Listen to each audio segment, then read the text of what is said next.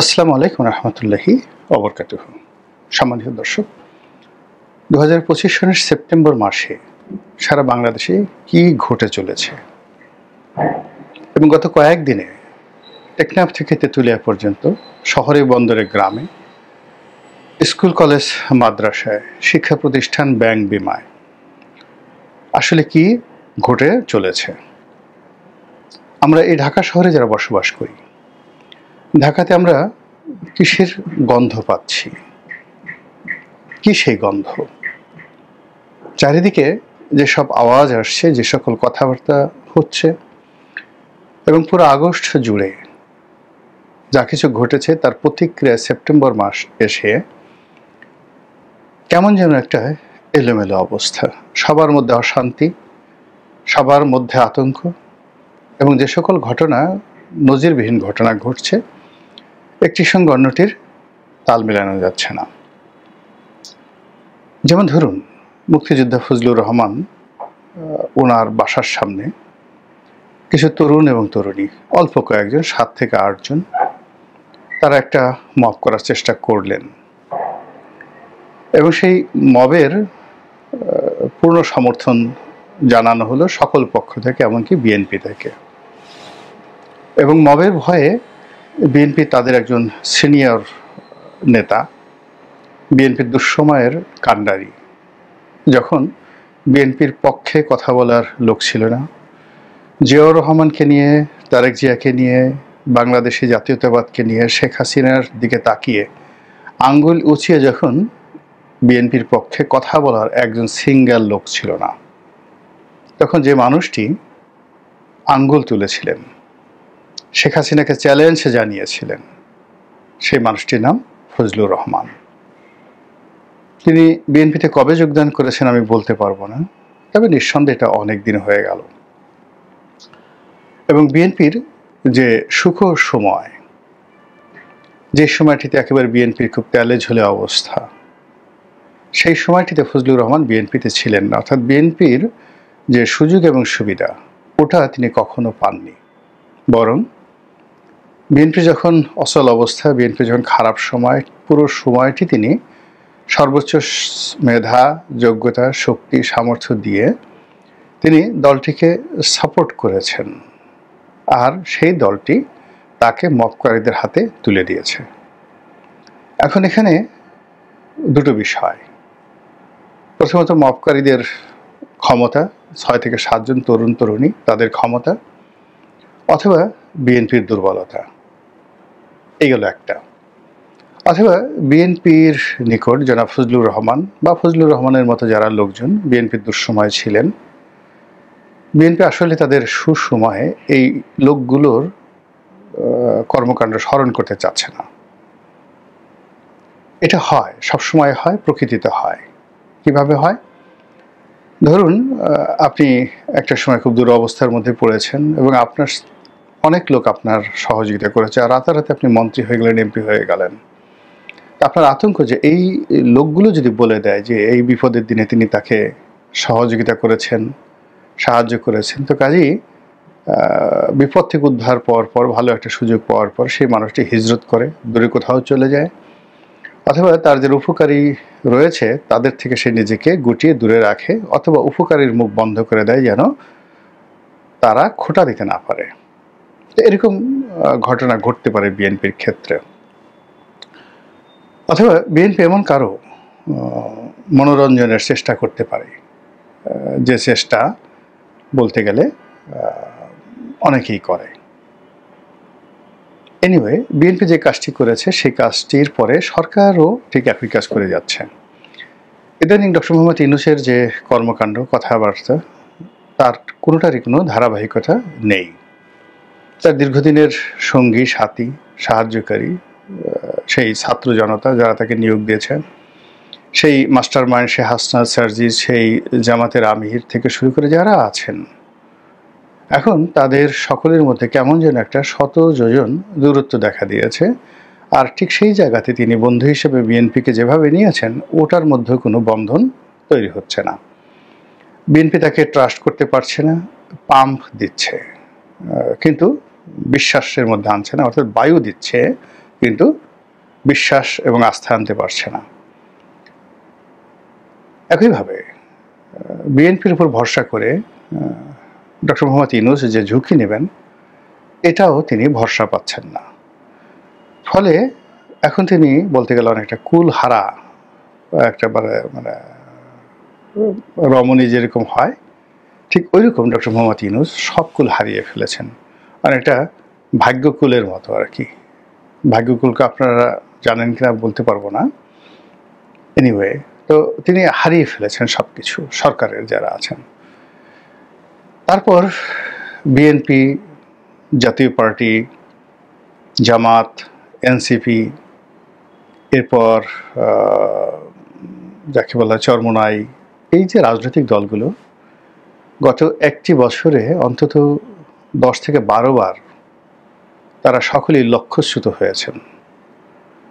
এক এক সময় এক একজনের দিকে ঝুঁকেছেন, এক এক সময় এক একভাবে বন্ধুত্ব করার চেষ্টা করেছেন, আবার 30 দিনের মাথায় সেই বন্ধুত্ব চলে গিয়েছে, আবার নতুন বন্ধুত্ব করার চেষ্টা করেছেন। এবং এই কারণে প্রায় প্রতিটি রাজনৈতিক দলের মধ্যেই নিদারুণ একটা মানসিক অশান্তি দেখা দিয়েছে।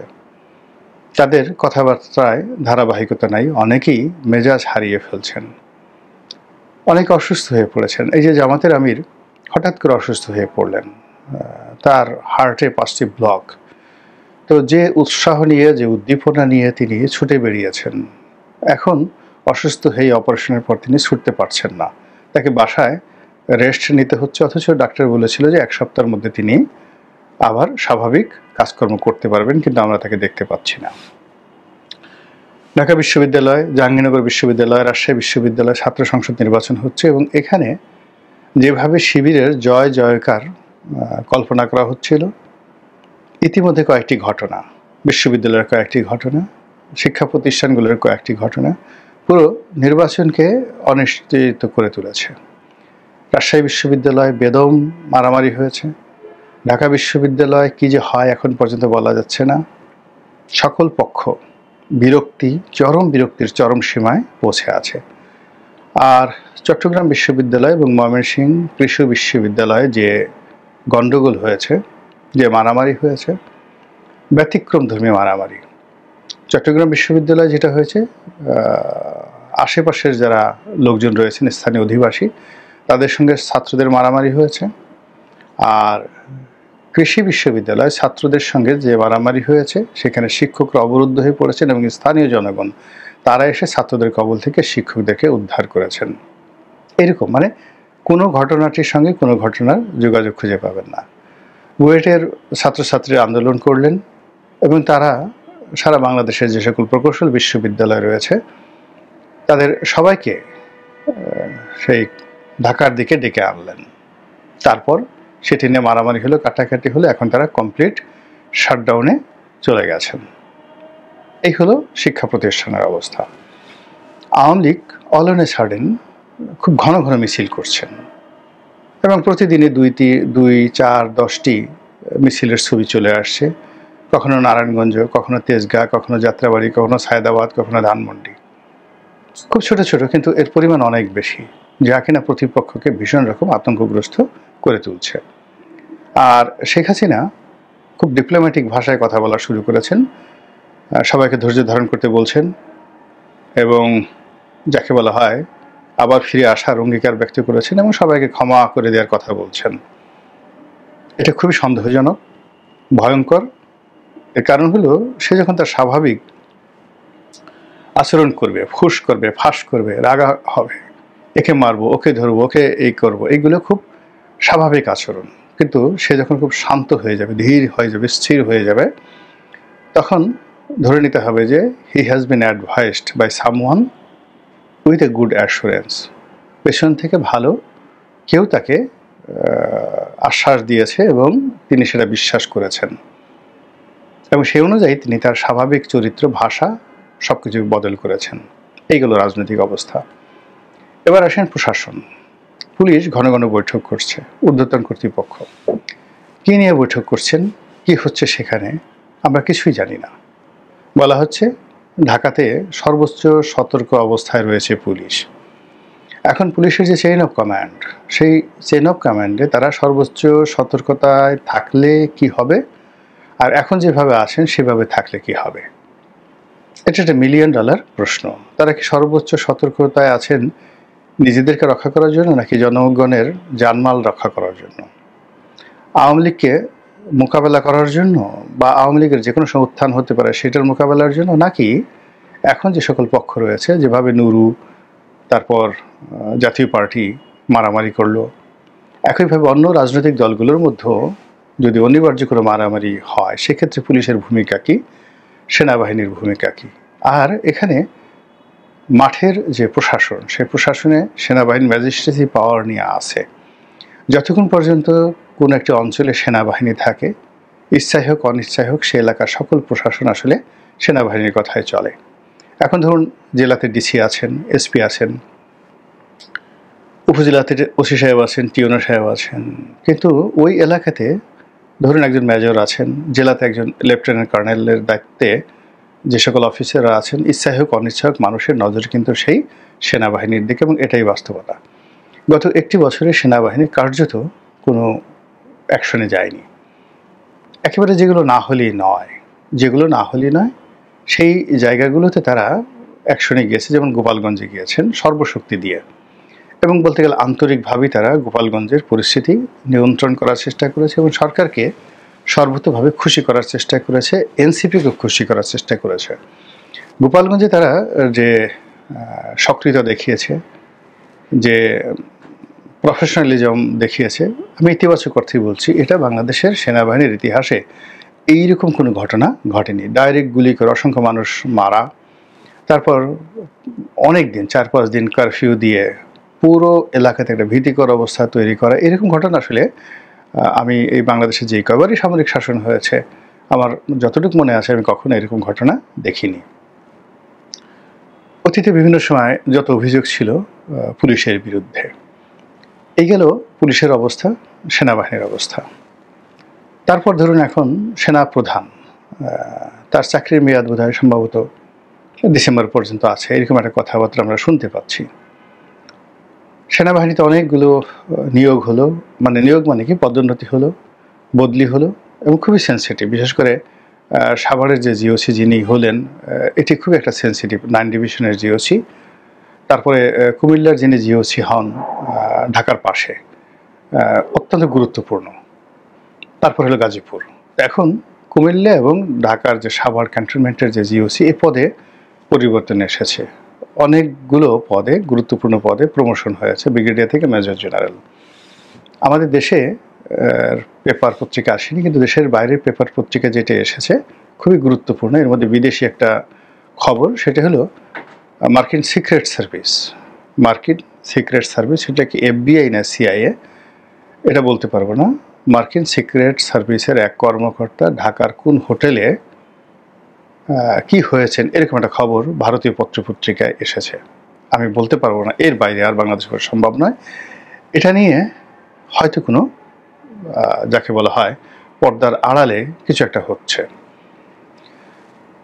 নচেত মার্কিন রাষ্ট্রদূত খুব অস্বাভাবিক তৎপরতা দেখাচ্ছেন। এরপর চীন সফর থেকে এসে প্রধান সেনাপতি, তিনি রাষ্ট্রপতি, তারপর প্রধান উপদেষ্টা, এরপর প্রধান বিচারপতির সঙ্গে দেখা করেছেন। এর মধ্যে প্রধান বিচারপতির সঙ্গে তার বৈঠকটি ভীষণ রকম যাকে বলা হয় দৃষ্টান্তহীন, নজিরবিহীন। অতীতে এরকম নজির দেখা যায়নি। এবং এই ঘটনার পর সারা বাংলাদেশে খবর ছড়িয়ে পড়ে বা গুজব ছড়িয়ে পড়ে যে জরুরি অবস্থা অনিবার্য, জরুরি অবস্থা আসছে, সেনা শাসন আসছে ইত্যাদি। এবং পরবর্তীতে দেখা গেল যে উনি যে প্রধান উপদেষ্টার সঙ্গে দেখা করেছে, এবং সেখানেও এই বাইরে যে গুজব হচ্ছে সেই গুজবের ব্যাপারে প্রধান উপদেষ্টা যেন চিন্তিত না হন, ভুল না বুঝেন বা তার কর্মশক্তি হারিয়ে না ফেলেন। এজন্য সেনাপ্রধান তাকে সান্ত্বনা বাণী শুনিয়েছেন, আশ্বাস দিয়েছেন, অ্যাসুরেন্স অ্যান্ড সিম্প্যাথি দুটোই দেখিয়েছেন। এখন এখানে যে রাষ্ট্রীয় প্রোটোকল, সেই রাষ্ট্রীয় প্রোটোকলে সেনাপ্রধানের এই ধরনের আশ্বাস দেওয়ার কোনো প্রয়োজন নেই, বরং প্রধান উপদেষ্টা বলতে পারেন, স্নেহের বশে বলতে পারেন যে আপনার ব্যাপারে আমরা খুশি, we are happy, nothing to B worried, carry on. কিন্তু এখানে বিষয়টা উল্টো হয়ে গেছে। আমার মানে খুব একটা ব্যক্তিগত ঘটনা মনে পড়ল। আমার জ্যেষ্ঠ সন্তানটি ছোটকাল থেকে সাহসী, দুর্ধর্ষ, ডেসপারেট। তো ও যখন ওর বয়স 3 বছর, তখন আব্বা মাঝে মধ্যে আমাদের বাসায় এসে থাকতেন এবং যখন খুব ঘন ঘন কারেন্ট যেত। তো আমি এই ঘটনাটা বলছি 96 সনের বা 97 সনের সময়। তো আমরা একদিন বাইরে বেরোলাম, আমি আমার স্ত্রী, বাসায় ছোট ছেলেটা থাকবে, আব্বা আছেন। তো আব্বাকে যাওয়ার সময় বলে গেলাম যে আব্বা কারেন্ট চলে যেতে পারে যে কোনো সময়, ও তো ড্রয়িং রুমে খেলছে, কারেন্ট চলে গেলে আপনি চার্জার বাতি জ্বালিয়ে তারপরে রিয়াদ, আমার ছেলে রিয়াদের সাথে, ওখানে আপনি রিয়াদের সাথে কথা বলবেন, ও যেন ভয় না পায়। যাই হোক, আব্বার হয়তো এটা মনে নেই। এখন কারেন্ট চলে গেছে, অন্ধকার। এরপরে আব্বা বসে আছেন আব্বার রুমে। তো 3-4 মিনিট পর আমার ছেলে আসছে খেলা বন্ধ করে, সে বলছে দাদা ভয় পেও না, কোনো অসুবিধা নেই, কারেন্ট গেছে, আমি আসি, ভয় পেও না। তো এখন এটা আমার স্মৃতিতে ভাস্বর এখন পর্যন্ত। আব্বা আমি যখন আসলাম, আসার পর আব্বা যখন এই কথা বললেন, আমরা দুজনে বাপ বেটা অনেক হাসাহাসি করলাম এই ছেলের কাণ্ড দেখে। এরকম অনেক সময় প্রকৃতিতে, পরিবারে, সমাজে অস্বাভাবিক ঘটনাগুলো ঘটে, যেটা আপনি হাস্যকর মনে করতে পারেন, আবার সেই হাসি তামসার মধ্যেও অনেক দুর্ঘটনা ঘটে। এই যে মাসটি চলতেছে সেপ্টেম্বর মাস, এটাকে অনেকে ব্ল্যাক সেপ্টেম্বর বলে। এর কারণ হলো 11 বলতে আমরা যা বুঝাই 2006 সনে যে সেনা শাসন এসেছিল, তার যে অধিক্ষেত্র তৈরি হয়েছিল এই সেপ্টেম্বর মাসে। সব কিছু এলোমেলো ছিল। আপনাদের যদি মনে থাকে 2006 সনের এই সময়টিতে সেপ্টেম্বর মাসে আপনি দেখবেন যে ইলেকশন কমিশন, সরকার, বঙ্গভবন, মানে গণভবন, সেক্রেটারিয়েট সব মিলিয়ে একটা এলোমেলো অবস্থা। ঠিক সেই সময়ের মধ্যেই সেপ্টেম্বরে যা কিছু ঘটলো, অক্টোবরে এসে সেটা ওই যে লগি বৈঠার যে মারামারি হলো এবং আওয়ামী লীগের সেই লাঠি পিটায়, অনেকটা সেই সাপ যেভাবে পিটায় সেভাবে পিটিয়ে বহু সংখ্যক মানুষকে আওয়ামী লীগ মেরে ফেললো এবং তারপরেই 1/11 চলে আসলো। এই জন্য এই সেপ্টেম্বর মাসটিকে অনেকে ব্ল্যাক সেপ্টেম্বর বলে, আর অক্টোবরকে অনেক সময় মানে কি বলে, সেই লগি বৈঠার মাস বলে। যাই হোক, আমাদের জাতীয় জীবনে অনেক দুর্ভাগ্য, অনেক অশনি সংকেত, অনেক কিছু ঘটেছে। অতীতে আমরা সেই যে ঋণগুলো আমরা মোচন করতে পারিনি, সেই যে পাপের বোঝা সেটা মাথা থেকে নামাতে পারিনি, বরং একটি পাপ আল্লাহ রাব্বুল আলামিন তার আপন গুণাবলীতে মোচন করে দিয়েছেন, নতুন একটা সূর্য দিয়েছেন, সম্ভাবনা দিয়েছেন। আর আমরা নাফরমান, অবাধ্য জাতি হিসাবে, অকৃতজ্ঞ মানুষ হিসাবে আল্লাহর দেওয়া সেই নিয়ামতকে আমরা অস্বীকার করেছি এবং সর্বশক্তি দিয়ে আল্লাহর সেই নিয়ামতকে অসম্মান করার যে অদম্য আমাদের উন্মত্ততা, এটা আমরা প্রদর্শন করেছি। আমরা কওমে সালেহের জমানার সেই উষ্ট্রির কাহিনী জানি। আল্লাহ রাব্বুল আলামিন ওই জাতির জন্য একটি উট নিদর্শন রূপে দিয়েছিলেন, কামধেনুর মতো। অর্থাৎ সবসময় এই উট যে দুধ দিত, স্বর্গীয় এই উট, তাতে ওই কওমের সকল অভাব দূর হয়ে যেত। যাই হোক, সেই উটটিকে তারা একটা সময় মেরে ফেলল। এই কারণে আমরা অবাধ্য জাতি, অকৃতজ্ঞ জাতি বলতে কওমে সালেহকে বুঝি। একইভাবে আমাদের এই দেশের এই সমাজে আল্লাহ রাব্বুল আলামিন আমাদের 15 বছরের কান্নার ফলে যে বিজয় দিলেন, যে বিপ্লব দিলেন, যে আশীর্বাদ দিলেন, আমরা রাতারাতি খুব অল্প সময়ের মধ্যে সবাই যার যার মুখোশ আমরা উন্মোচন করে আজকের এই সেপ্টেম্বর মাসে এসে বাতাসে যে গন্ধ পাচ্ছি, সেই গন্ধ আমার কাছে ভালো লাগছে না। আল্লাহ আমাদের সবাইকে হেদায়েত দান করুন এবং হেফাজত করুন। আসসালামু আলাইকুম ওয়া রাহমাতুল্লাহি ওয়া বারাকাতুহু।